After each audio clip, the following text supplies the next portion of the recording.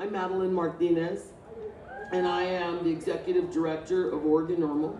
I'm on the board of directors of NORML. I'm also the owner of the World Famous Cannabis Cafe in Portland, Oregon. It's a pretty amazing place, a bit of a change in reality.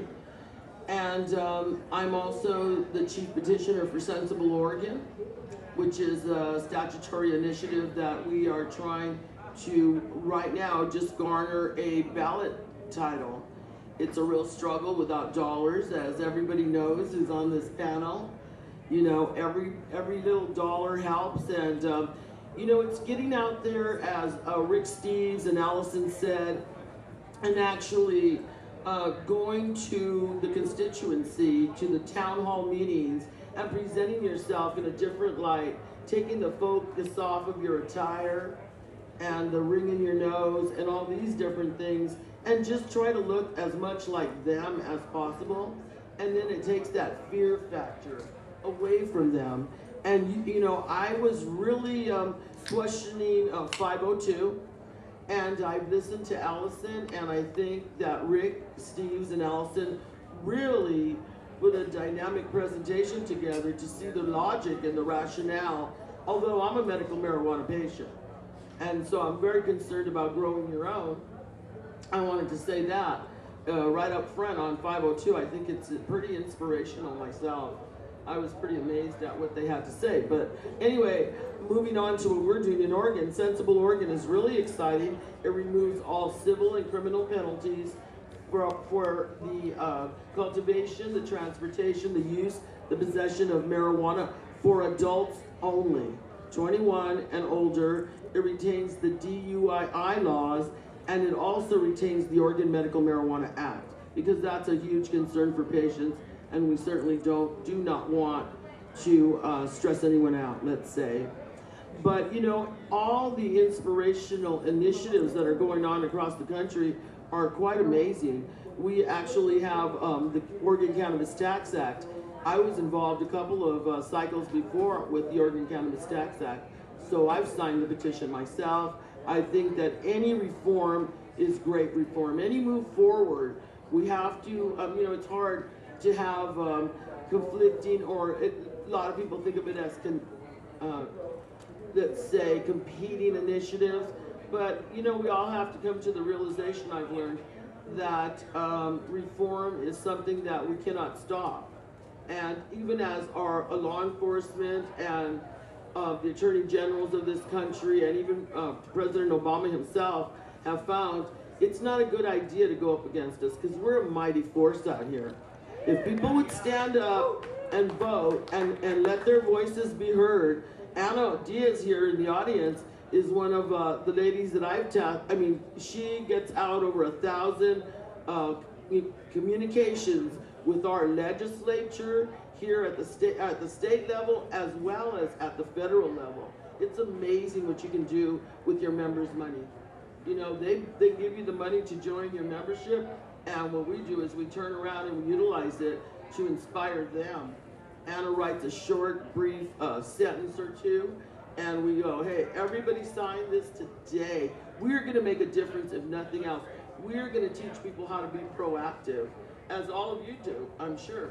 And so I think that that's the most inspirational part of NORML, the National Organization for the Reform of Marijuana Laws. You can never change anything unless you educate the masses.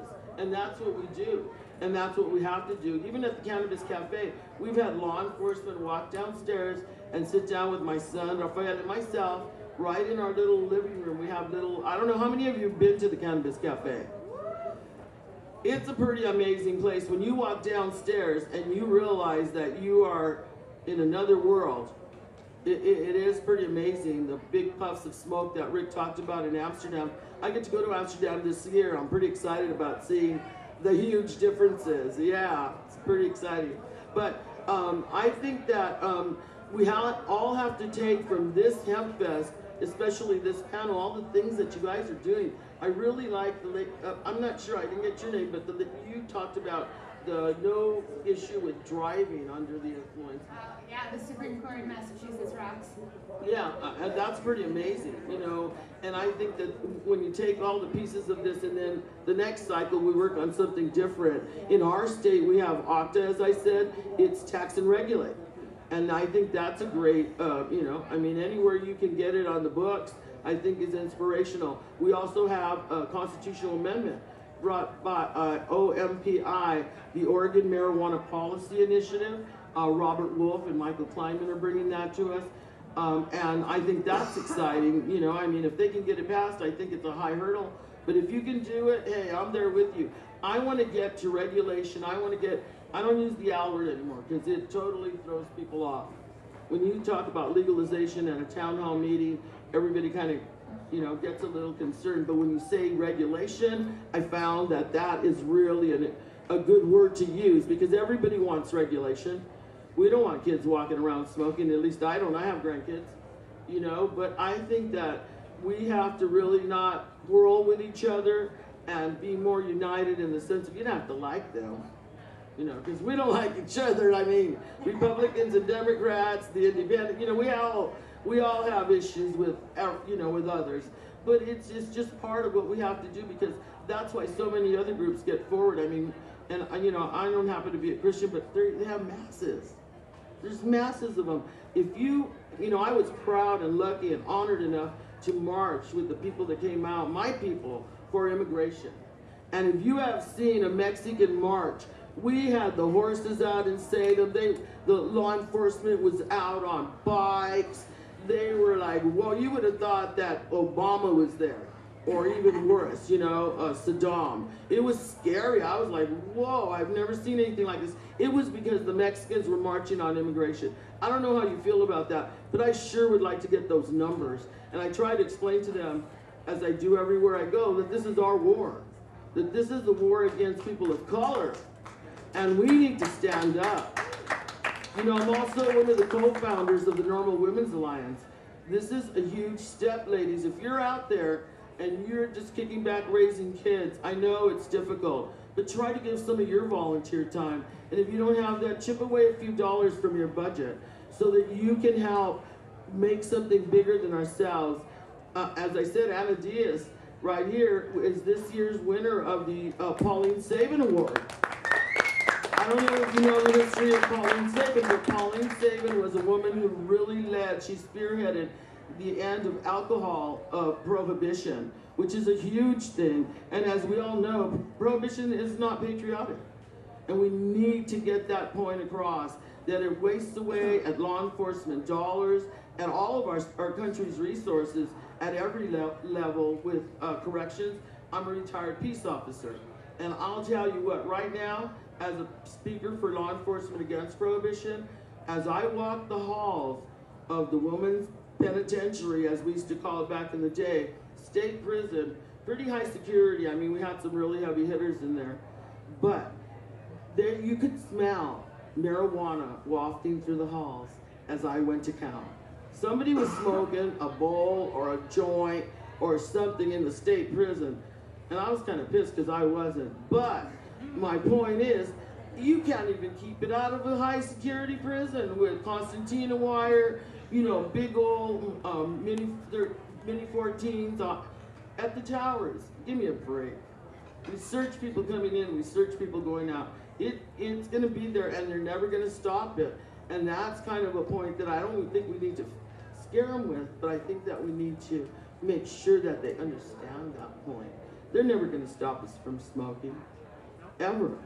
They're never going to stop us from growing. So when I listen to Rick and I listen to Allison, they're not going to stop me from growing. Are they going to stop you? No. Come on. But we chip away at that law. And that's what I'm saying. I think that every chip is a good one. Medical marijuana, I love it. It's a beautiful thing. But it's really been hard on the people when I see women come to me, and this is a really sore spot with me as a mom, and she can't see her children for 4 months except supervised because she's a medical marijuana patient. How good is that law? How good is that law? And all of these laws are beautiful things, but we need to realize that somebody's gonna fall through those cracks. The veterans I see who don't want to be on 300 milligrams of morphine, that's a true story, and they feel their cry, they want to die. They want to commit suicide. So it's important that we all be protected, because a lot of these people can have it if you're a veteran. Some of the veteran administration people, so it's just this huge thing. So each chip, I like to just let everybody know it's a really important chip. So be thoughtful when you criticize other initiatives you don't agree with, you know, because we're sometimes our own worst enemies, as Donnie knows. Yes, yes. And so I have to say, Allison Holcomb is a wonderful person, and so are all the other people that really have thought, let's change it. You know, people were not happy with me when I opened the Cannabis Cafe, and some still aren't. But you know, I don't really care. I mean, tell you the truth, hey, I'm sorry if you're offended, but oh well, you know? A lot of people are offended by the smell of pot that comes out of my house. What am I gonna do? Most people are just jealous. That's what I've heard. Yeah, that's what I think, to tell you the truth. But you know, I did have a picture with my mayor, Sam Adams, and he's not the most popular guy in the world, I must say, but you know, he's done some good for the city, I think. You know, you weigh the good and the bad as with Obama now. I'm not real happy about it, but I just chipped off $50, you know, because what's my other option? I think he might still be workable, but you know, who knows?